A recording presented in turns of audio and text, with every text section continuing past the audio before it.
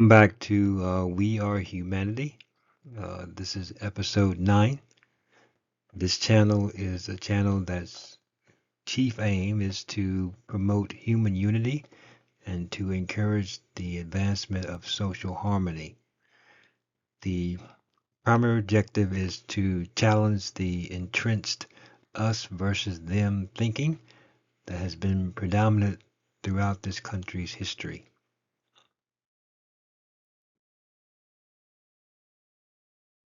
In this episode, I want to kind of summarize some of the changes that have materialized based on the previous episodes. And it is strongly encouraged that you should comment to make other suggestions that would line up with the goal and intent of this channel. So this episode is really about trying to formally state some suggested changes that are needed to change the trajectory of our country.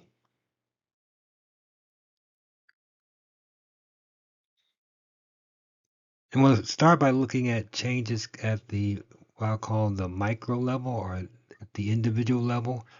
That is, what can you and I do individually to start kind of shifting our attention away from the false notion of race and moving collectively towards more galvanized humanity.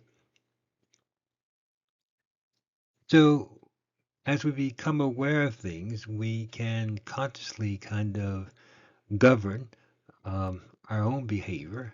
And one of the ways to do that is to monitor the labeling that is kind of naturally applied to other people. So we could, for example, instead of referring to people by the false labels, just call them their names, their birth names, their given legal names. I mean, that is more reflective of who they are than some colorized scheme.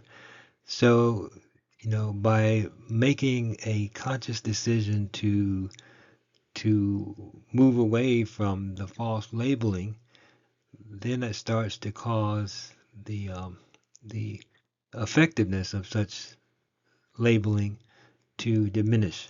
So calling people by their birth names is a very simple and effective way to kind of to start seeing our humanity much more clearly. And so once we become aware of, the power we possess by our own individual word choices, then you start to hear the in the swirl around you how pervasive the labeling is. So, if you've made a conscious effort to kind of clean up the way you refer to other humans, then it becomes more magnified the the way that other people are not behaving likewise. And so you could in fact start to require that people address you by your birth name as opposed to labeling you, which is part of the problem that this channel is trying to address. And so by being consciously aware of your word choices and then requiring others around you to respect um, the manner in which you want to be addressed, then those changes, some very simple changes over time, will start to close the distance between the them and the us. Because we start to see each other more clearly, and the notion of someone being perceived as a colorized them, it starts to decrease. We start to become more human. We recognize each other by our names as opposed to fictitious labels. It is always important to remember that this race nonsense which has imprisoned us since the beginning of this country, it doesn't exist outside of us. Outside of us, there are just other human beings. Yeah, there are phenotypical differences, but those differences are reflective of the miracles of nature that we talked about earlier in terms of how skin color was an adaptation to uh, the intensity of ultraviolet rays. And so, barring that miracle, we are simply all the same. And so, the race nonsense doesn't exist outside of us. It's just conditioned assertions within us. And we have to work to change the conditioning. And once the conditioning inside of us is changed, then our perceptions of reality become very different, become more realistic. So those were some changes at the micro level. At the larger societal level, what I call the macro level, there are also some changes that we've discussed in previous episodes that I would like to kind of summarize now. The chief objective of this channel is to try and pool like-minded people who recognize that we live in a country where there is tension, and the basis of that tension is based on how we perceive each other. And so it would be wonderful if we could form a social movement consisting of people. I mean, just people from the entire spectrum of humanity that have concluded that a change is necessary. And the objective of such a movement would be just to strengthen the bonds that exist between American people, to push aside the notions of difference and embrace our vast amount of commonalities. And so we have far more in common than we do in terms of differences. And so harnessing the power of those commonalities can only make our country stronger and more unified. It, One simply has to look at with open eyes and see that the current fractured nature of our country is weakening us.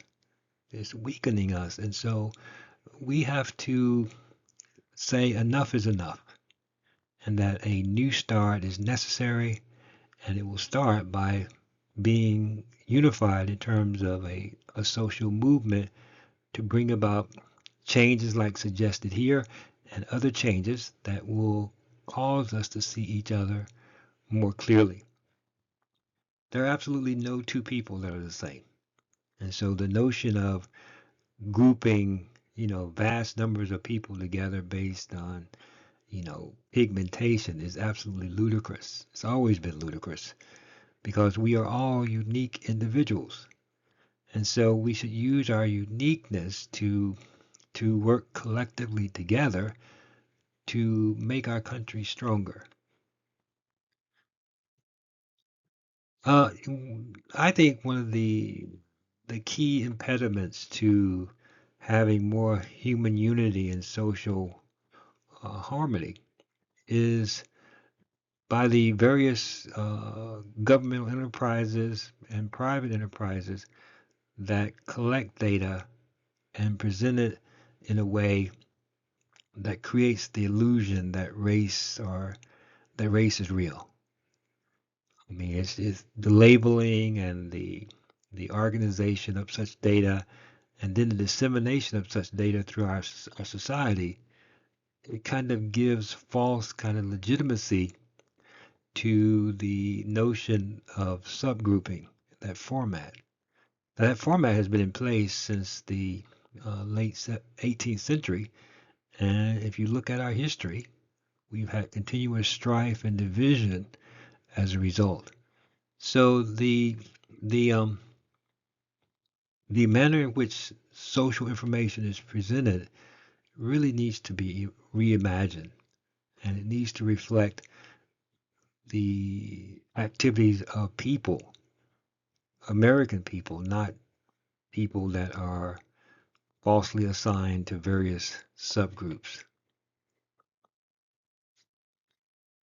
And so the input source for a lot of the government and private enterprise data is information that they collect from us individually through surveys and forms and polling and things of that nature.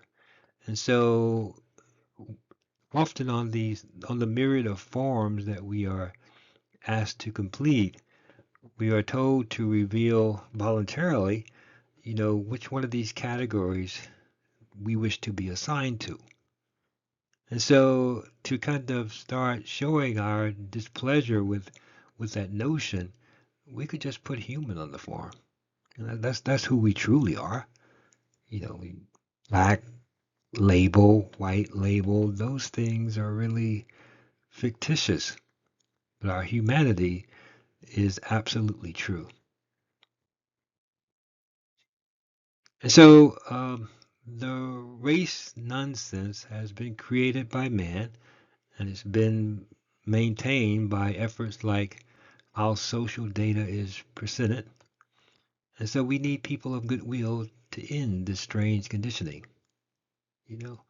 And so those basic changes at the macro level will change the signaling that's being transmitted throughout our country.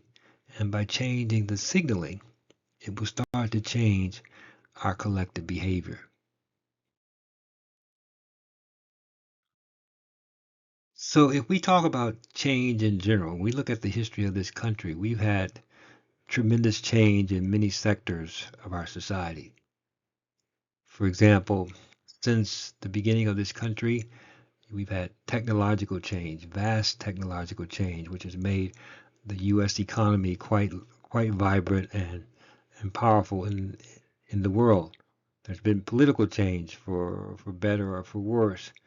There have been advances in healthcare, so medical related changes have improved the quality of life. Changes in business, the efficiency, the level of production that has advanced over time all reflect changes in these many sectors. But the one area where change has lagged is in the area of human relations, how Americans relate to other Americans. And the primary reason for the lag in changes there is because the repetitive conditioning that has caused us to be stuck or trapped has stymied the possibilities for growth and change in terms of how we relate to each other. And this pattern, it urgently needs to change. And I've indicated here, see the definition of insanity. Insanity, of course, is doing the same thing over and over again, expecting a different outcome. And that can be kind of descriptive of the current state of affairs in the United States. Is really becoming insane in terms of how we relate to each other. The fear, the strife, the anger, the lack of civility, all those things are reflective of an area where change is much needed. So, the need for social changes, such as what I have indicated here, are awaiting our collective actions. You know, a, a individual or a small group of individuals can't do it. It's going to take Americans working in a unified fashion to bring about changes that will improve the quality of life in our country, both for us and for future generations. We have to stop pretending that the quicksand that we're standing on is a solid foundation, because very soon we start to sink, and our beautiful country will not be able to live up to its tremendous capabilities. So it depends on us. It depends on us. If you're comfortable with the status quo, which I am perplexed that that could be the case, then the response should be nothing. But if you recognize honestly that things are starting to deteriorate, we have to take responsible actions to preserve our beautiful country.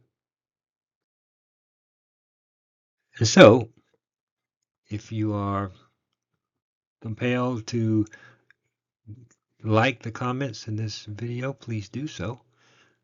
If you want to offer your own input, which is great, would be greatly appreciated, feel free to share that. But most importantly, please share the channel, the existence of the channel with others, with the objective being to try and promote thinking to save our country. And so, as always, we are humanity. A united tomorrow must start today. Take care.